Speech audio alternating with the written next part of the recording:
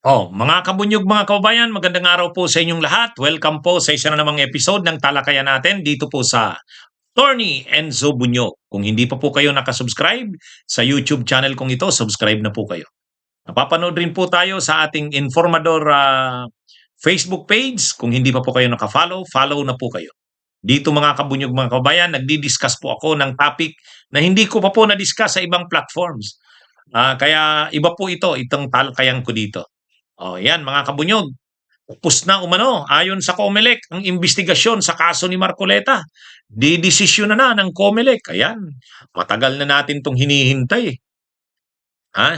Matagal na natin itong hinihintay. Nagtataka nga tayo, bakit ang tagal-tagal desisyon na ng COMELEC ang kaso na yan ni Marcoleta? Napakasimple lang naman ng ano na yan. Napakasimple lang naman ng facts ng kaso na yan. Hindi naman kailangan ng investigasyon talaga eh. Bakit hindi kailangan ng investigasyon? Unang-una, inamin naman ni Marcoleta. Ha? Ano ba yung mga kailangan dyan? Bakit kailangan mo pang magpalalim ng investigasyon? Ano ang issue? Ang issue, ha? May na-violate ba si Marcoleta na election offense? Ano bang election offense ang pinag-uusapan dito? Yung hindi mo pag-declare ng pangalan ng mga donors mo sa panahon ng eleksyon. Nakalagay yan sa nakalagay yan sa Omnibus Election Code. Kailangan mong i-declare ang tunay na mga pangalan, identity ng mga donors mo. Hindi pwedeng hindi. Nakalagay nga sa Omnibus Election Code. Ang nangyari kay Marcoleta, hindi niya dineclare na mayroong mga donor siya. Nag-submit siya ng SOSE, yung Statement of Contributions and Expenditures. Yung sinabit niyang SOSE, pagdating sa donation, zero. Pagdating sa donation, zero. Pagdating sa expenses, ang gastos niya parang 150 million, 140 million. Nang nag-submit siya ng SALN, kasi nag-submit siya ng SALN, Statement of Assets, Liabilities, and Net Worth, parang 50 million lang ang kanyang SALN. Paano nangyari yon? Ang assets, liabilities, and net worth mo, 50 million, gumastos ka ng 150 million ng eleksyon. Saan mo kinuha yung panggastos mo? Pwede yon. Kung may donors ka, may nag-donate sa'yo. Ang problema nga, dinagay niya doon sa report niya, zero.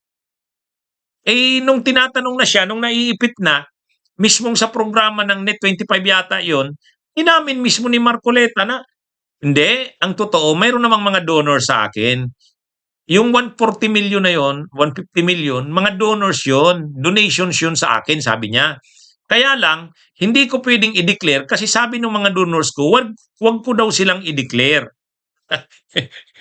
Yan yun. Kaya ibig sabihin, ano pa bang investigasyon ang kailangan mo diyan? Una, inamin na mismo ni Marcoleta, sa programa ng Net25, mayroong ano diyan. Ma-access mo naman 'yan. Mada-download mo naman 'yan. At saka sinabi niya talaga 'yon. Yun namang yung pag-declare niya na zero ang donations. Saan 'yon? Doon sa kanyang SOSE, zero ang donations doon. Tapos yung mayroon pala siyang donations, kaya lang hindi niya dineclare, saan niya sinabi? Sa programa, sa TV. Kumpleto na ngayon ang ebidensya laban sa kanya. Kaya lang ang paliwanag ng COMELEC mukhang nag-motion ang abogado ni Marcoleta, yung kampo ni Marcoleta. Humingi ng extension to file reply. Parang humingi sila ng panahon na i-extend pa yung pagsagot nila doon sa siguro pinag-isipan pa kung ano. Pinagbigyan naman daw ng COMELEC. Pinagbigyan ng COMELEC kaya ngayong January lang yata nakasubmit eh. Kasi pinagbigyan nga ng COMELEC na makapag-submit ng ma-extend yung deadline. Mukhang nakasubmit na, nakakomply na. So, for resolution na ng COMELEC. Ibig sabihin, di-desisyon na ng COMELEC. Tapos na.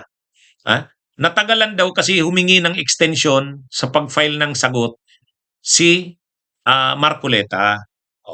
Kaya pinagbigyan naman yung motion na extension to file answer. Kaya ngayong January lang daw nakasubmit. Pero dahil nakasubmit na, for resolution na yan. sino ba ang magre-resolve nito?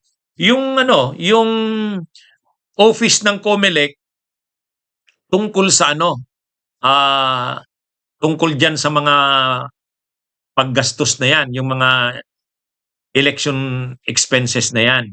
May opisina ang COMELEC na in charge sa ganyan, tinitingnan yung mga election of expenses, yun yung nag-i-investigate ngayon.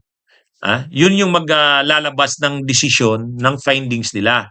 Kung may na-violate nga bang batas na-violate nga ba ni Marcoleta yung provision ng Omnibus Election Code, early na provision. Tapos, hindi pa yan for filing sa korte. Ano pa yan? Dadaan pa yan sa Law Department. Pagkatapos sa Law Department, dadaan, ano na yan, ire-refer na yan sa Anbank.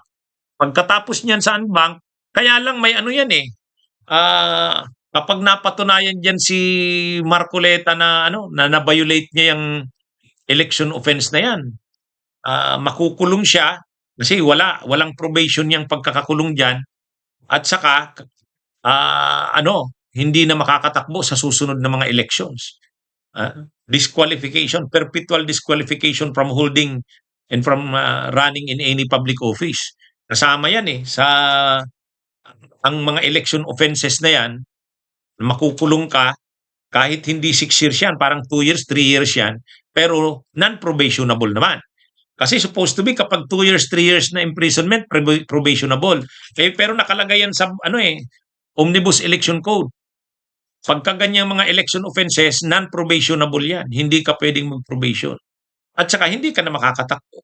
Anyway, sana sa pagkakataong ito ay maging ano ang COMELEC, manindigan sa ano, kasi kung matutulad na naman yan kay Chis Escudero.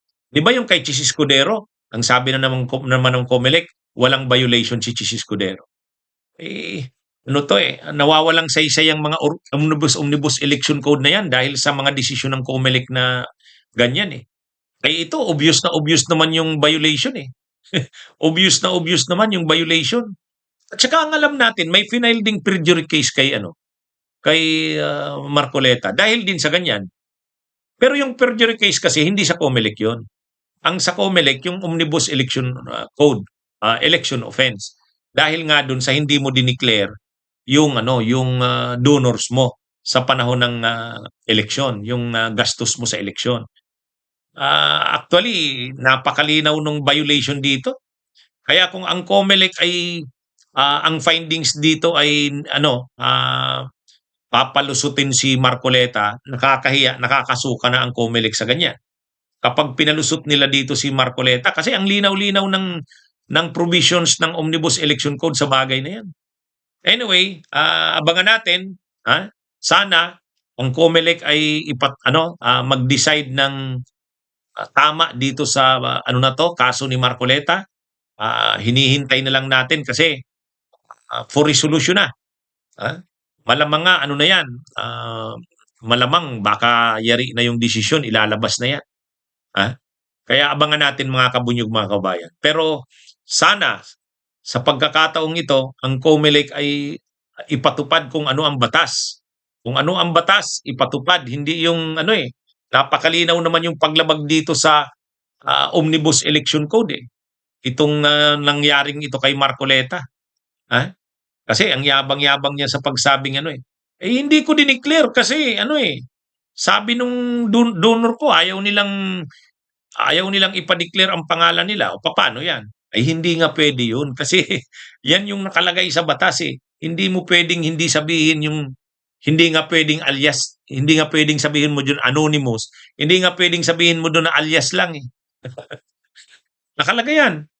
Hindi pwedeng alias, hindi pwedeng anonymous, kailangan talaga pangalanan mo eh.